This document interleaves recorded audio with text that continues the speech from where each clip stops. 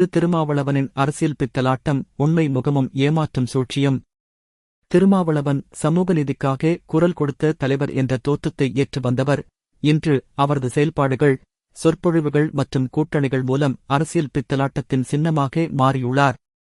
அவரின் ஆரம்பகால அரசியலும் அதிலிருந்து இன்று வரை ஏற்பட்ட திருப்பங்களும். அவர் திராவிட இயக்கத்தையும் அம்பேத்கரிய அரசியலையும் எப்படி விமர்சித்து பின்னர் அதே அரசியலை பற்றி வைத்து திமுக கூட்டணியில் இணைகிறார் என்பதை இந்த நூல் ஆதாரங்களுடன் விரிவாக ஆய்வு செய்கிறது. பகுதி 1. ஆரம்பகால அரசியல் தீவிரவாத வரிகளை பேசிய தலைவர். 1990களில் திருமா பேசிய உரைகள் சாதியை வன்முறையை எதிர்த்து தீவிரநிலை கொண்டிருந்தது. திராவிட இயக்கத்தையும் திமுகவையும் கடுமையாக விமர்சித்தது குறிப்பிடத்தக்கது. தமிழகத்தில் பாமர மக்கள் தங்களுக்கு தேவை சுதந்திரம், ஆனால் கலைஞர் கொள்கைகள் தாழ்த்தப்பட்ட மக்களுக்கு துரோகம் எனவும் கூறிய நேரடி வீடியோக்கள் இன்று வரை உள்ளன. பகுதி 2. திராவிட இயக்கத்தை விமர்சித்த வரலாறு. பெரியார், அண்ணா, கலைஞர் ஆகியோரை சாதி ஒழிப்பு பற்றிய உண்மை செயலில் ஈடுபடாதவர்கள் என பிரச்சாரம் செய்தது. 2000 முதல் 2010 வரை காலத்தில் திருமா, திராவிட இயக்கமே தாழ்த்தப்பட்ட மக்களை அரசியல் புறக்கணிப்பு செய்தது என கூறி பல மேடைகளில் சாடினார்.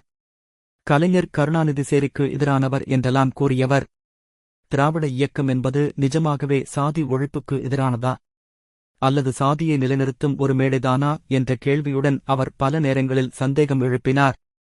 பகுதி 3. பித்தலாட்டம் அரசியல் திமுகவின் துணைப்பாதையாக விசிக.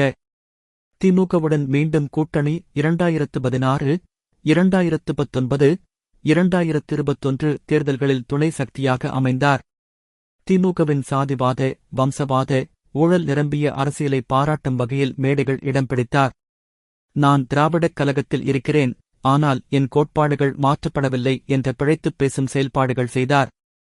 இவ்வாறு திராவிட இயக்கத்திற்கு எதிரானவர் அதே இயக்கத்தில் இணைந்து தங்களின் அடையாள அரசியலை பலவீனப்படுத்தும் நிலை. பகுதி 4.